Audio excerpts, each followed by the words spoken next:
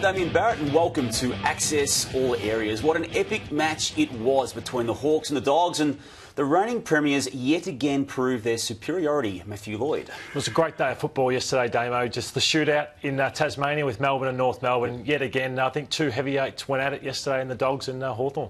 Their credentials are legitimate, the Bulldogs, aren't they? We'll get to them in a minute, but I think the Hawks have got a new hero. They have. James Sicily. What a game he played. It wasn't the best first three quarters, but fantastic to see a young man who's had to ply his trade in the VFL for a long time. He might have been a 50-game player by now had he been with a lesser side. Yep. And he stepped up when it counted. He's a natural footballer, so he great above his head. We get a lot of athletes to come into this game, but this guy's a great mark, beautiful kick, and loves the big moment, Damo. Hasn't been easy for him, has it? No. I mean, his time even in the seniors has been a bit troubled for him, but Clarkson appears to be giving him the licence to go for it. Yeah, he looked out of his depth in round one against Geelong. Kiss here from teammate Will Langford. What would you do getting a kiss from a... No, I'd say, come on, next time just give me a high five or something like that. I don't need a kiss from you, and not the best looking rooster there, Will Langford, either. So, But he's going right to Sicily. He makes them a better team from what we're seeing this year. He's a star. And just on Hawthorn, I think that they find a way. They were on the ropes in that third quarter, and through their senior players and a young man in Sicily, they get the job done. And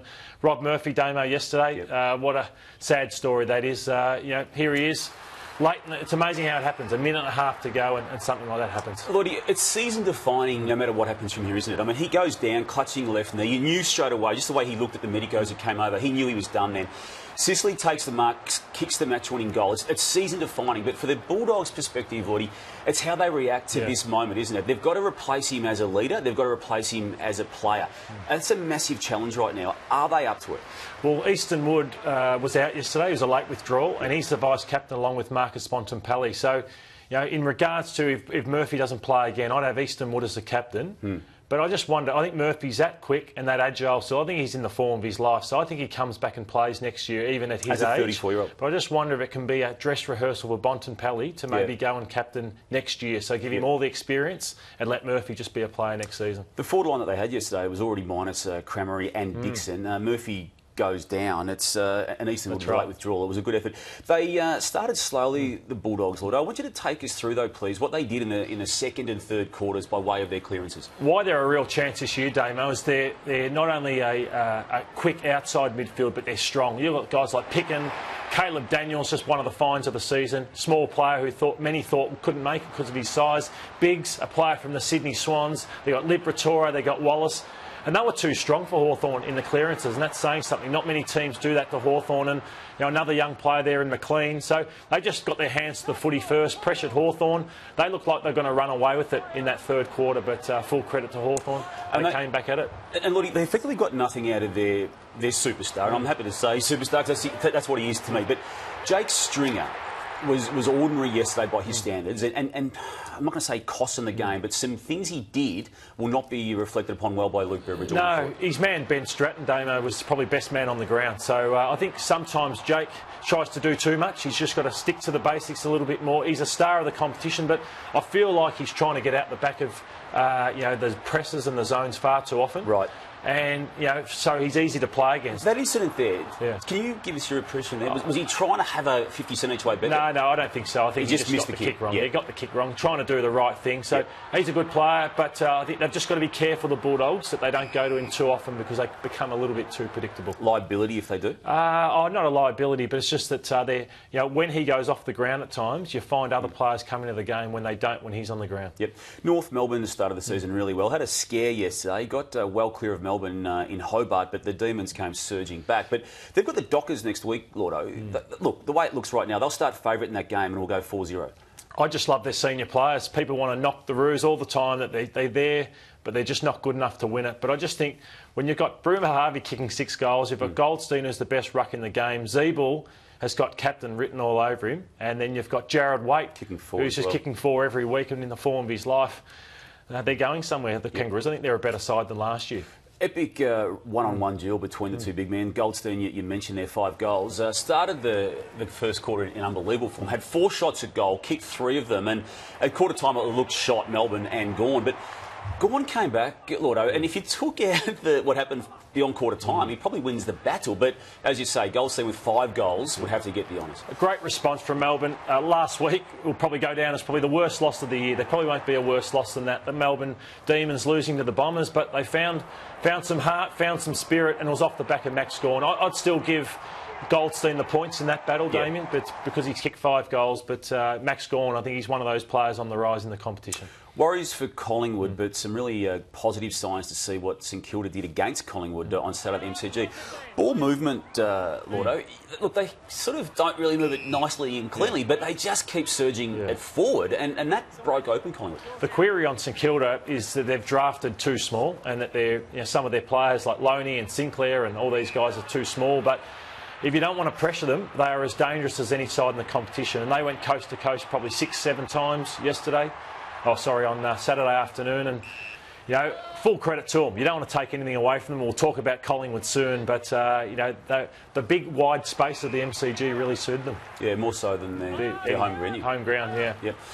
Look, you've seen Scott Pendlebury in a couple of these bits of play here, and he was by far... He wasn't their worst problem on the weekend, but... Playing him off half-back, is it just a luxury that Nathan Buckley right now does not have? I think where clubs are going is that they believe that where you're starting all your attacks and scores from is the half-back flanker. So I can understand what they're trying to do, but I think he's being exposed a little bit by the players he's playing on. And then down the other end, his man, Louis Montagna, who's the other sort of loose at times, was best on ground. Yep. So I think the time has come against Melbourne next week to start him in the midfield, back in the centre bounce, and hopefully they get the ball forward and they're not starting their attacks from defence. You possibly take an hour to explain this properly to us, but what is Collingwood's biggest problem? Oh, where do you start? I'd probably have two. We'd need more than one show here with it. But I think their forward pressure's not good enough. They're trying a full ground press, but when you don't defend, obviously you get exposed, and their backmen just can't kick the ball well enough. So they're in big trouble. Yep. Big trouble. Fremantle were okay against West Coast. In the end, got blown away in the final few moments. But 2 turnovers, Lordo, in the third quarter really cost them in this game. And it's frustrated Ross Lyon to the point where he probably doesn't have the answers he once would have it with his footy club. Well, I love the first one then. Yeah, I love his honesty. And Sutcliffe is the second one. I love his honesty. He said that we probably haven't given a program to our players that is good enough over the pre-season. So, love hearing that from him. He's honest. He's blunt. Back to the drawing board for the Fremantle Dockers. They play North Melbourne on Sunday. It's a mini-final for them. If they lose, they don't win. You see his frustration there. It is a mini-final for them, and obviously his coaches are on notice because he put it on the coaches. But one of the sides that isn't on notice, Damien, is the Adelaide Crows. Yep. And well, how do you view them? I think they're the bolter this year that maybe could go on and be a top 4 side. Well, I think we all thought when Dangerfield exited and went to Geelong, that was it, given that they made the finals last year and won a very good final, didn't they, against the Western Bulldogs. But him not being there... Good against North in round 1, or at least okay against North. Won the showdown against Port Adelaide. And then they just really, I won't say toyed with Richmond, but were the better team clearly, weren't they? They were. They got players like Brodie Smith going up to a new level. The Crouch brothers, fantastic. And then a star-studded forward line. But I want to get onto the Tigers, and I want to ask you about this. They didn't put a player up after the game. Bad loss again, yet no player spoke. Who would make that decision, and what do you make of that? Look, usually, and I don't know the specifics of the Tigers situation, Lotto, that sort of decision to blanket ban all players would normally come from someone higher than the communications department. I'm not saying it has on this occasion, but and maybe it was, I suppose, a reaction to what they did last week. They put up players last week after they had lost that game to Collingwood, and David Asprey made some comments which were picked apart, and maybe they just didn't want to do that. But what it does do, and this is the situation they're now dealing with, it gives the impression of being under siege. Now, whether they are or not, Damien Hardwick made some strange commentary. We may need to go backwards in order to go forwards. That wasn't part of his dialogue, was it, in the off-season? It wasn't part of the board reassigning or contracting him for 2 more years. And now he's making some strange messages. Almost needed to mop those comments up yesterday on a radio station. I don't know what their own messaging is, and I think that's the danger when you do make such. And they have a brutal 6 weeks coming up, including West Coast in Perth. Yeah, well, there's 2 trips to Perth in the next 6 weeks, and on top of that, they've got Hawthorn and Sydney as well. Melbourne and Port Adelaide are amongst that mix as well, but. We're going to know, aren't we? We're going to know by round 9, round 10 where this club is at. They know one of the great battles Saturday afternoon. It's rare you get to see 2 players go at it all day, but it was Phil Davis and Lance Franklin. And Lance kicked 4 goals. So at the end of the day, I think he gets the duel, wins that battle. But Phil Davis, a lot of question, Phil. Is he tough enough?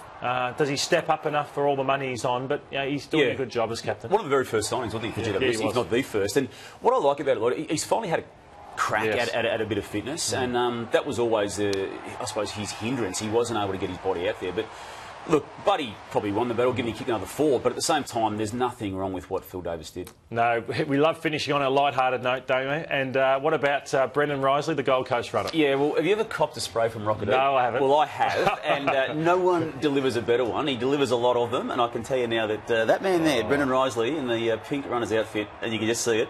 You're a lip reader, Lordy, but you don't get a chance to see what he says here because he puts the hand over the mouth. But cost them a goal because the resultant umpires getting involved allowed that kick to be taken, and yeah, Rocket would have given it to it.